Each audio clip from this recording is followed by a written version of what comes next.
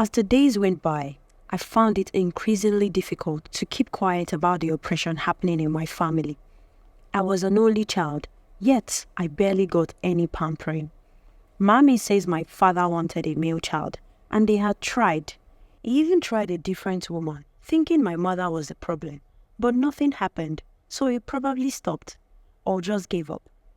Every time I see the way he speaks to my mother, I feel a knot tightening in my stomach. Watching him disrespect and belittle her slowly chipped away at my resolve to remain silent. One evening, after a heated argument between them, he pushed my mother out of the way, resulting to her falling and getting bruised. And I finally mustered the courage to speak up. I walked straight to him and spoke up.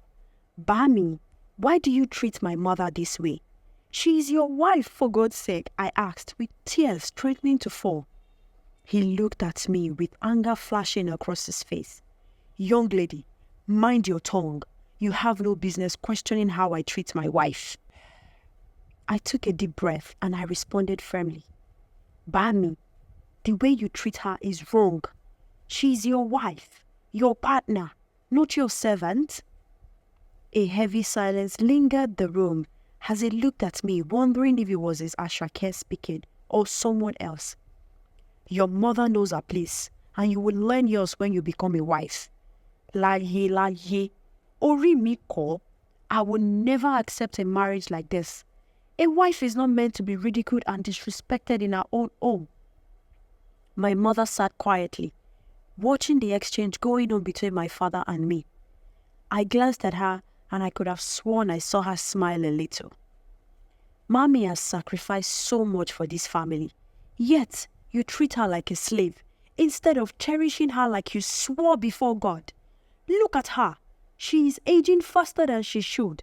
Her beauty slowly fading while you go around feeling like a king. King my foot. And look at me.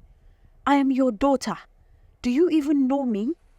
I am not a male child, so I am irrelevant? You are the worst," I said, now fuming. "ASAKE," my mom finally spoke. "That's enough. Don't speak to your father in that manner." "I'm sorry." She turned to my father, who ignored her and quietly walked into his room. "Mommy," shh, she interrupted me. "Go and get some sleep. Tomorrow, you'll apologize to him. I know you meant well, but you don't speak to your father rudely." My anger increased. How is this my fault?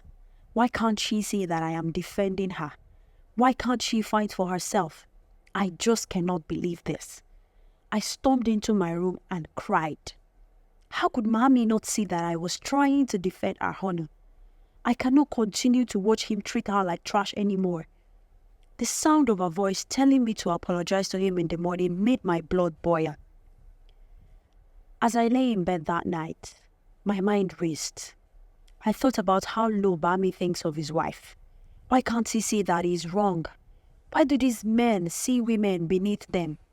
Look at that Mr. Fadey, beating his wife.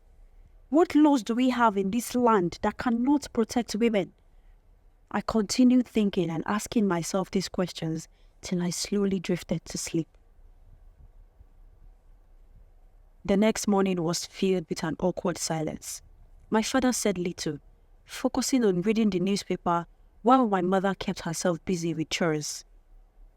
She woke up earlier than usual to prepare my father's favorite, iyo with eforiru, and I joined her in the kitchen.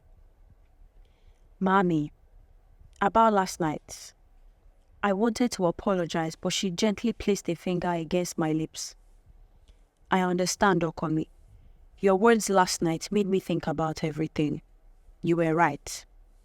I looked at her in shock, her eyes glistening with a blend of silence, but also a newfound hope. I realized that despite her attempts to silence me last night, a part of her has been reawakened by my words, a part that I hope is strong enough to get through the turbulence coming. I hugged her and heaved a sigh of relief. Over the next few days, I noticed little changes in my mother, like the way she carried herself. She did what my father says when he barks others, but with more intentionality, like someone who owned the house and not the slave.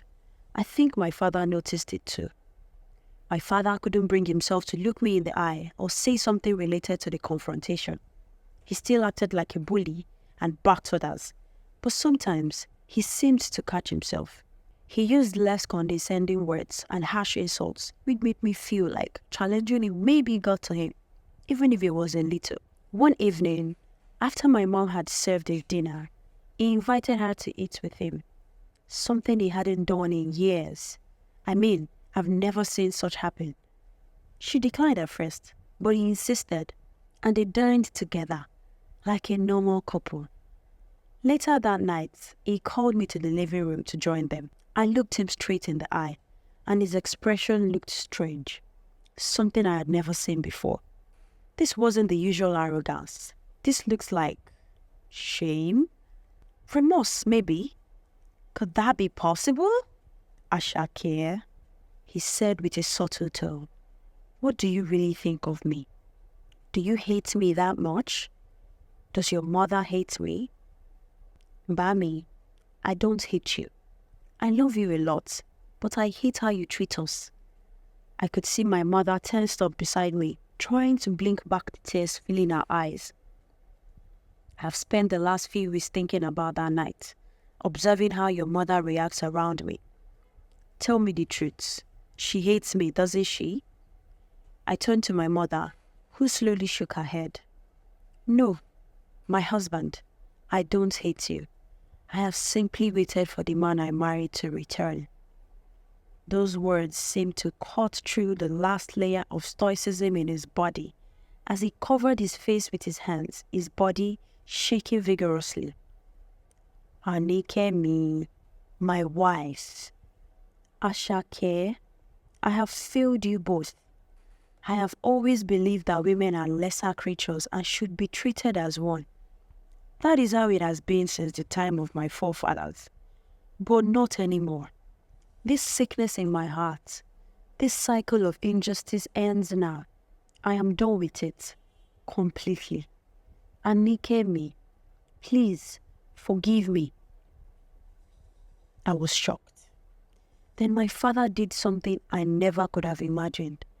He slid out of his chair and fell on his knees and into my mother's lap. My mom immediately went on her knees with him and sobbed, all the years of pain pouring out. She clinged to him tightly and they both wept together, the patient wife and the remorseful sinner, finally unified. I stood there, crying like a baby, as I watched years of oppression end by my father finally humbling himself, taking responsibility and apologizing. His apologies marked the end of a destructive cycle and a new beginning. My father finally turned his eyes at me and I gave a small nod, smiling at him. I moved closer and hugged them both, crying and smiling at the same time. We had fought through dark times together, and now we can finally move into the light and live together with love, kindness, and compassion like a real family.